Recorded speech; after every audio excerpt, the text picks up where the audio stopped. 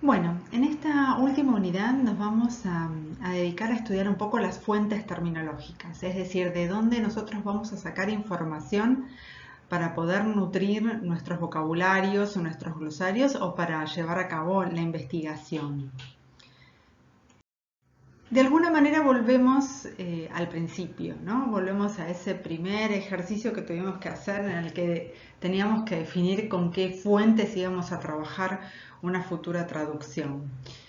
Esto sale del documento que ustedes van a ver de María Teresa Cabré, donde ella plantea que el traductor tiene básicamente que contar con tres competencias. Ella igual al inicio, cuando empieza el artículo, va a ser un recorrido por la comunicación especializada, la temática, cosas que ya hemos visto, pero es un poco para unir con esto, ¿no? Y ella plantea esto, que el traductor necesita en principio tres competencias. Una competencia gramatical en las lenguas objeto de traducción, ella habla de dos, pero a veces hay traductores con más lenguas. Una competencia sociocultural que está referida a las características sociales de las lenguas de trabajo y a los contextos de los textos, es decir, el contexto extralingüístico en el que el texto inicial fue producido y el contexto en el que va a circular el texto traducido. Una competencia pragmático-comunicativa que le permite comprender las condiciones de comunicación en que fue engendrado el texto original y reflejar esas mismas condiciones en el texto traducido.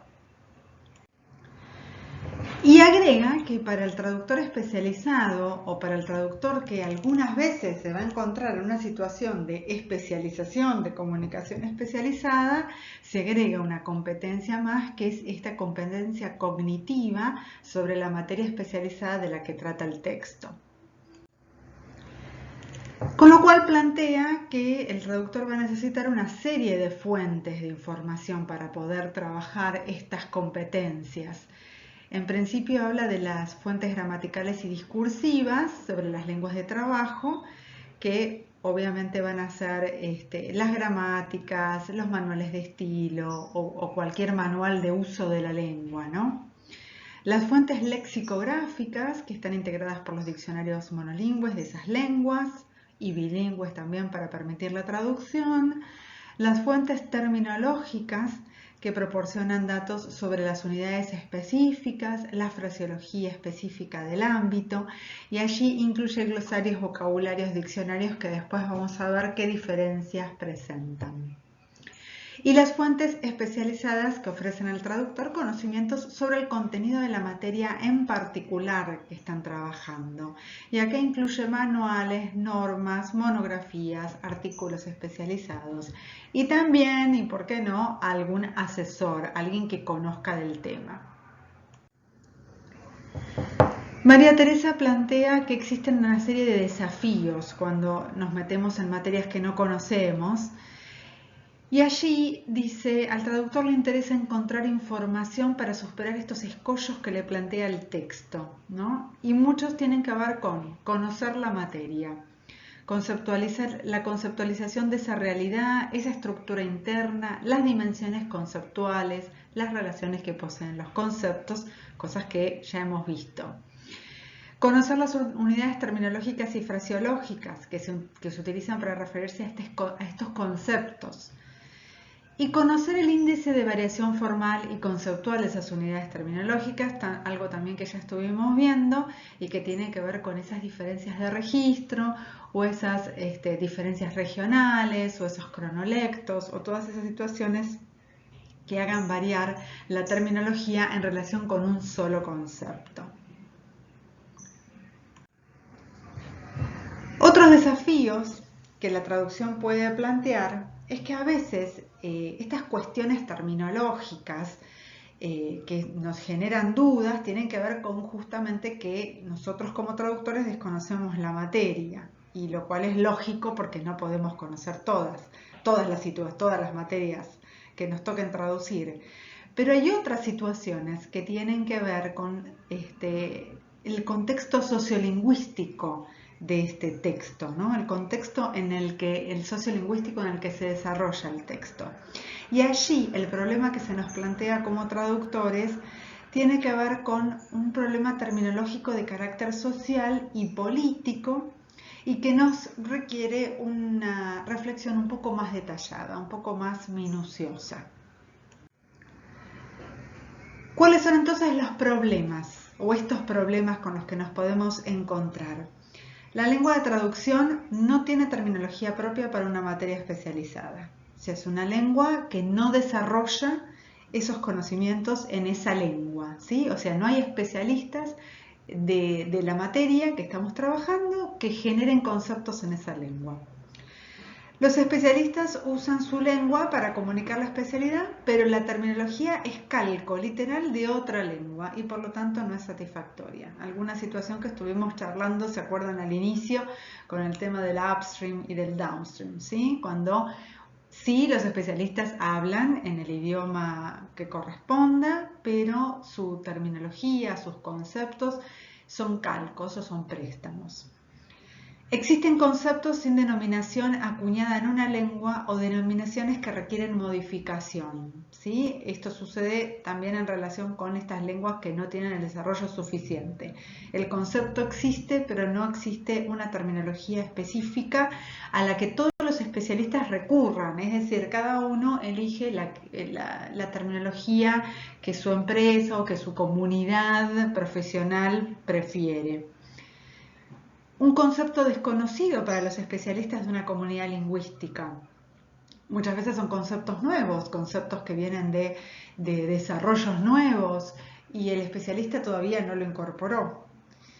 Un concepto con varias denominaciones con el mismo o distinto valor pragmático, y acá es donde se nos complica a nosotros determinar cuál de estas denominaciones o de estos términos serían el adecuado para el texto que estamos trabajando, para el contexto sociolingüístico en el que nuestro texto va a funcionar.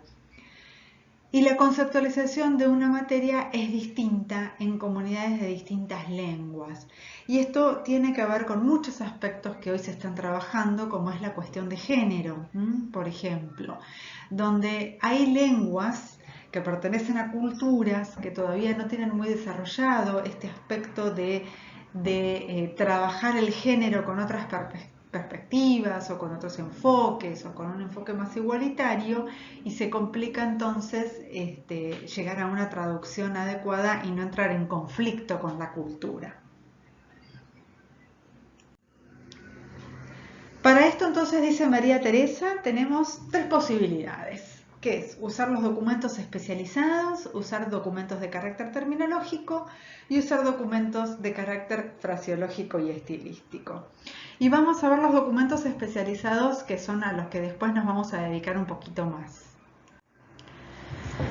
¿Qué son estos documentos especializados? Es básicamente recurrir a documentación, a información que exista sobre la materia que estamos trabajando. Es decir, no recurrir a las obras de referencia, que esas son las que vamos a ver después, como son los diccionarios o los vocabularios, como nuestra única fuente de información, sino volcarnos a esta información que hoy tenemos acceso a través de Internet. O sea, tampoco nos están pidiendo que nos movamos hacia bibliotecas, aunque lo podríamos hacer, y si lo amerita así la investigación, obviamente también se puede hacer, o movilizarse o hablar con especialistas en la materia también. O sea, todo esto es válido. Son buenas fuentes, pero a veces son fuentes no tan accesibles. Entonces tenemos una fuente mucho más accesible que en general nos acerca toda la información, que es Internet, y que después vamos a ver cómo la tenemos que valorar. Entonces, ¿qué nos permite esto de trabajar con documentación? Trabajar con el corpus, que después vamos a ver. Nos permite conocer o precisar el significado de una unidad terminológica, ¿sí? Saber si realmente eso es una unidad terminológica dentro de la materia o simplemente es un semitérmino. Confirmar su carácter especializado. Conocer las alternativas denominativas de un mismo concepto y sus condiciones pragmáticas. Digamos que saliendo un poco del texto que nosotros tenemos que trabajar y metiéndonos en otros textos del mismo campo del mismo tema, pero a veces con diversos enfoques podemos llegar a ver dónde hay variación denominativa. Conocer si un término debe ser usado gramaticalmente de manera especial o restrictiva, bueno, situaciones que muchas veces nosotros conocemos dentro de nuestras propias materias, cuando hay términos que se utilizan solamente en plural o se utilizan en singular, o no se pueden convertir, ¿sí? Como tenemos sustantivos que no se pueden convertir en verbos y viceversa. Y a veces nosotros para nuestro texto estaríamos necesitando un verbo en vez de un sustantivo. Conocer la combinatoria prototípica de los términos, conocer la fraseología común, que esto es decir, qué fraseología acompaña esos términos especializados, que no siempre es la misma fraseología que utilizaríamos dentro de la lengua general, y asegurarnos que esa unidad denominativa que seleccionamos se corresponde con el concepto al que se lo estamos atribuyendo. Es decir, chequear, verificar las características de los conceptos.